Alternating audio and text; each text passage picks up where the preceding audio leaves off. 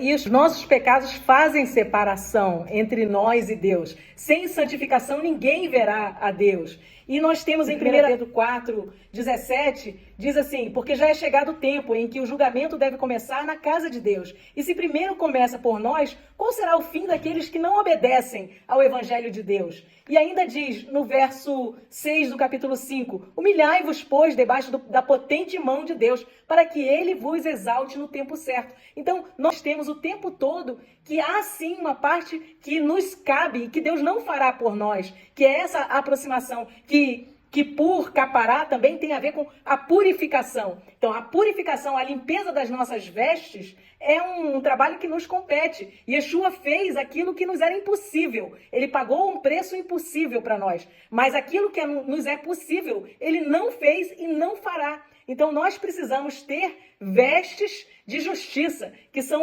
que é a nossa vida, como nós escolhemos vivê-la, né? E buscando a Deus de todo o coração e a sua instrução, porque é aqui que a gente acha sabedoria, é aqui que a gente acha verdade e, finalmente, é aqui que a gente acha vida. É interessante que essa palavra se humilhar, né? Aná, e a palavra nefesh, né? Humilhar a alma, aná, nefesh. Nefesh também tem um sentido de garganta, numa literalidade lá do hebraico. Então, e o oposto, o antônimo de aná é sabá, que é satisfazer, preencher. Então, eles interpretativamente, eles foram para a questão do jejum. Por quê? Porque seria uma restrição de alma através da garganta, daquilo que você ingere, consome, isso no nível mais literal, mais pechat, né? Porque, na verdade, essa parte de humilhar o nosso viver é buscar não viver a alma animal, né? Aquele meramente instintivamente. Por isso que algumas das coisas que eles dizem, olha, você se restringe de tomar banho, você se restringe do relacionamento sexual, você se restringe de se ataviar, porque isso tem relacionamento com algumas das nossas concupiscências, né, básicas, que a gente é levado a viver. Mas isso não simplesmente, eu entendo que para fazer essas coisas seria o suficiente. É para você ter noção de que você precisa ter a sua vida de modo elevado.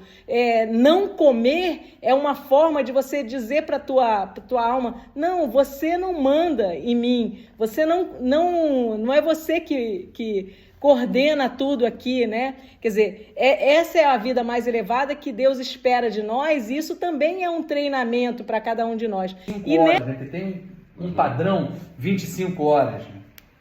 Na verdade, isso vem a questão, o judaísmo, né? Os judeus, porque são muito tementes, eles fazem uma cerca para que não haja chance de que se erre, para que não seja menos do que 24 horas, para ter certeza que eles cumpriram o mandamento adequadamente. Então isso vem de um temor, né? Um zelo, né? Um temor ao eterno, que é muito premente, e eu acho particularmente admirável isso.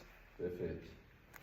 Cada um de nós. E nesta época é interessante que quem fazia tudo, entre aspas, eram os sacerdotes, e muito particularmente o sumo sacerdote, né? O povo, ele não tinha um papel ativo durante Yom Kippur, né? Os ritos eram feitos pelo sumo sacerdote. Isso é uma sombra também daquilo que Mashiach já cumpriu e já realizou. Mas qual era o papel do povo? Justamente tá ali em uníssono quando o sumo sacerdote transferisse para aquele bode os pecados do povo, porque ele fazia um sacrifício, o sumo sacerdote levítico, o levita, o Arão, né? Ele fazia um sacrifício por si próprio, o que Yeshua não precisou fazer. Ele oferecia um boi por ele mesmo. E depois o bode pelo povo, né? E você está comunicado ali como povo se você tiver em techuvá, se você tiver em arrependimento. Por quê? Porque nós sabemos, está bem explicitado nas Escrituras e muito no Novo Testamento, na Brit Hadashah, que sangue de boi, de bodes, nunca purificou pecado. Sempre foi o nosso arrependimento. Então, o nosso arrependimento é sine qua non para que nós estejamos, digamos assim, incluídos nessa purificação que é o objetivo de Yom Kippur, né? Um nível de purificação já foi feita pelo Mashiach, mas há um outro nível que cada um de nós precisa escolher e viver. Depois desse exemplo, que eu acho que fica claro, você tem lá o momento em que o sacrifício se tornou uma realidade, o momento da chamada cruz do Calvário, em que ali o Mashiach está como aquele cordeiro sendo sacrificado. Haviam dois culpados ali, né? Um em cada lado dele ali. Um apresentou junto, ele estava conectado ao sacrifício, estava ali do lado dele, ele reconhece o sacrifício, se conecta ao sacrifício e ele apresenta o quê? O arrependimento, ele confessa, quando ele vai falar, olha, nós somos culpados, nós merecemos estar aqui, mas ele não. Então há alguém que tem o arrependimento, e por isso diz, hoje mesmo estarás comigo, né? Já o outro, o mesmo sacrifício estava diante dele, estava conectado a ele, só que não havia arrependimento. E para ele essa palavra não foi dirigida. Então, E aí eu lembro, Roche, de uma parábola que Yeshua contou, que é uma parábola de um banquete de um casamento, né, onde as vestes para os convidados era dada pelo rei, né? O rei dava as vestes, né? E ali adentrou um que tinha a veste própria, que ele não estava vestido com a veste que representava o convite para aquele casamento. E eu entendo que é exatamente isso que a Dani está pontuando aqui, né?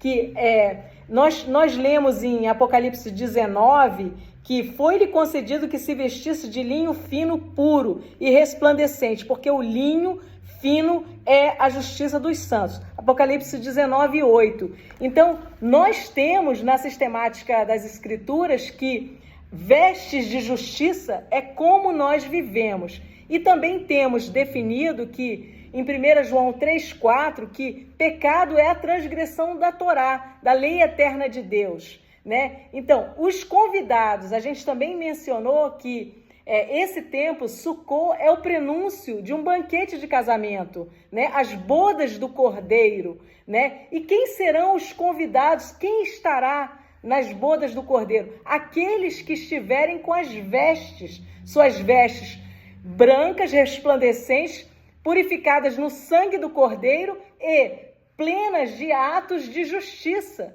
como diz Apocalipse. Ou seja, não é uma coisa do Antigo Testamento que eu preciso ter uma vida que reflita aquilo que eu digo que eu creio, né? Então, é isso que a gente tem que ter em mente. E Isaías 58, também, que é um texto que fala muito, até foi falado aqui no chat, também sobre qual é a aflição que Deus requer, que a gente pratique a justiça, que olhe, né? E não simplesmente aflija a nossa alma por um dia. Ou seja, não adianta fazer uma coisa meramente ritualisticamente, né? Você está porque está, repetir de boca, de lábios, né? Então, no início do capítulo 58, esse que no final diz qual é o jejum que agrada ao Todo-Poderoso, ele diz, clama em alta voz, não poupe, ergue a tua voz como um trompete ou como um chofar e mostra ao meu povo a transgressão dele e à casa de Jacó os seus pecados.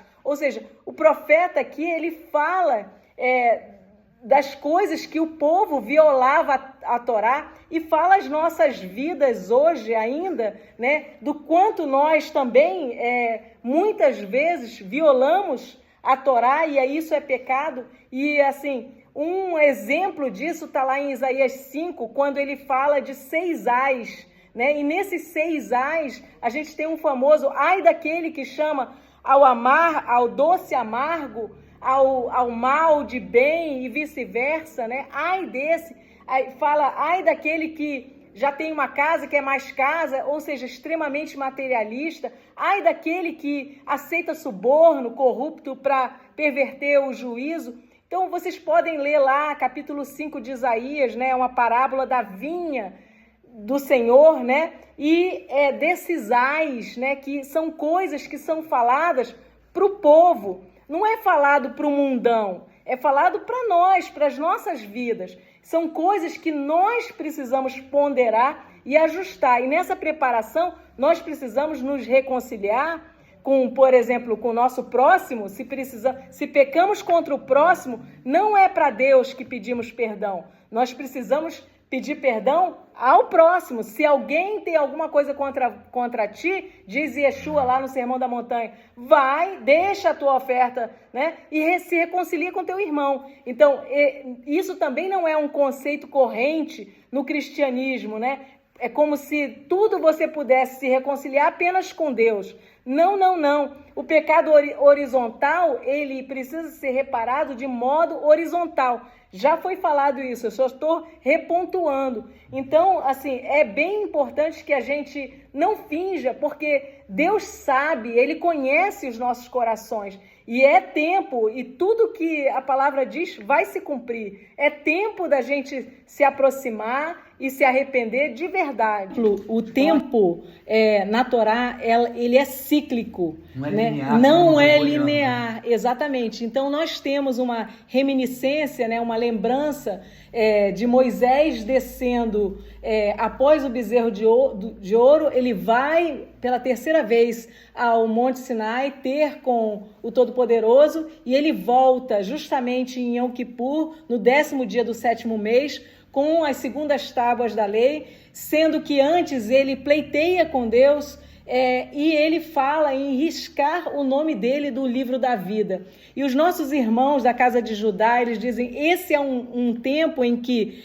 em Yom Teruá, no dia do shofar, no dia do toque das trombetas, né, você começa um processo de julgamento e esse livro ele é fechado em Yom Kippur, no 10º dia. Então, esses 10 dias temíveis seria este tempo em que nós estaríamos sendo avaliados, né?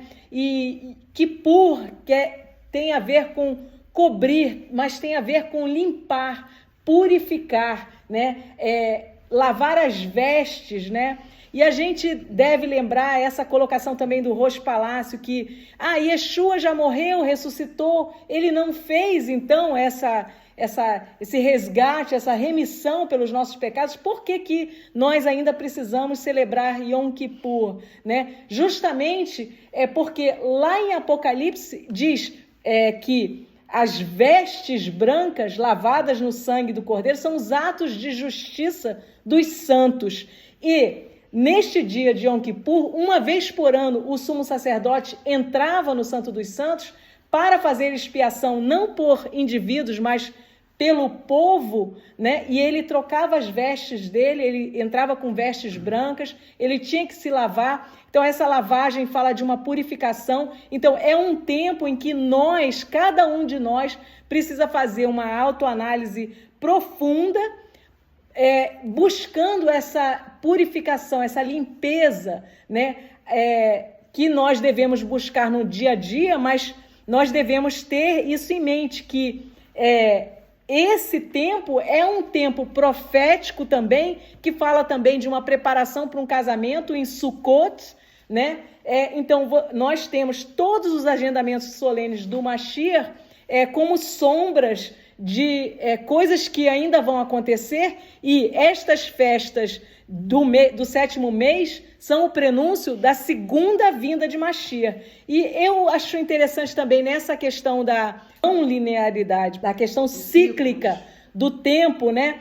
Que no livro de Jubileus, que é considerado apócrifo, porque não está oficialmente no nosso cânon, mas que é citado dentro do Tanar mais de uma vez, no capítulo 34, no verso 12, cita que os filhos de Jacó levaram para ele aquela veste ensanguentada quando eles fizeram aquela armadilha para José por inveja dos irmãos, daquele irmão, né? por inveja, isso aconteceu no 10º dia do 7º mês. Está narrado expressamente lá, se vocês forem procurar. E isso também é sombra profética, né? Jacó, ele sim luta. Então também nós devemos, em vista do sacrifício do Mashiach, da morte dele, nós devemos também sofrer essa dor, né, de que alguém, porque sem sangue não há remissão de pecado. Então, houve um sangue que cobre pela nossa injustiça, mas nós precisamos nos condoer, nos enlutar e reparar as nossas veredas, ajustar os nossos caminhos, para que possamos ser dignos de encontrar com o nosso Mashiach no seu retorno, né? Porque tem uma imagem assim que o ser humano é como se ele tivesse, por ele mesmo, ele está numa cova e 2 mãos vão puxá-lo para fora. Uma é de misericórdia, a outra de justiça. Então você só sai com essas 2 mãos, né? Porque Deus, ele não dobra a justiça dele para atender a misericórdia. É parte, o amor dele é junto com verdade, com justiça. E a misericórdia vem junto. Por que fazer o jejum de Yom Kippur? Eu, na minha visão, eu diria assim, exatamente por causa disso é que a gente deve fazer. Exatamente porque se alguém deve fazer, é alguém que tem um sacrifício perfeito para ser oferecido. Ou seja, se eu tenho um sumo sacerdote perfeito, da ordem de Melquisedeque, um sacrifício perfeito que ele realizou por mim, mais um motivo para eu, como sinal de constrição, de arrependimento, né, de aflição da minha alma, porque o pecado precisa produzir em mim aflição. Esse é o sentido da aflição do jejum de Yom Kippur. O pecado precisa produzir em mim a consciência do pecado, saber que eu transgredi a Torá, que eu pequei contra o Eterno, pequei contra o meu irmão. Isso precisa produzir em mim tristeza e aflição. Porque se isso não produz em mim, se o pecado não produz em mim mais tristeza, aflição, eu estou cauterizado. Paulo vai dizer, o meu coração já foi cauterizado. Ou seja, se eu tenho consciência que pequei, mas isso para mim é indiferente, é porque o meu coração já está insensível à voz do Eterno. Então esse momento de preparação, esse período de preparação, exatamente é um pedido ao Eterno, ao Espírito do Eterno, que produza em mim essa consciência do pecado e essa aflição, porque ele precisa produzir em mim tristeza e aflição. E aí então, munido disso, desse movimento do Espírito de Deus sobre mim, né, que revela em mim o meu pecado, eu sei que eu tenho um advogado junto ao Pai, eu sei que eu tenho um sacrifício perfeito para oferecer ao Pai. E aí então, é a plenitude, aí é Sukkot, aí é festa. Aí é reconciliação, aí é comunhão, aí é unidade com o Eterno. Por isso que esse chamado, passar por esse momento é tão importante, para que eu experimente o ser um com o Eterno lá em Sukkot, para que eu experimente uma comunhão plena com o Eterno, representado lá na celebração de Sukkot.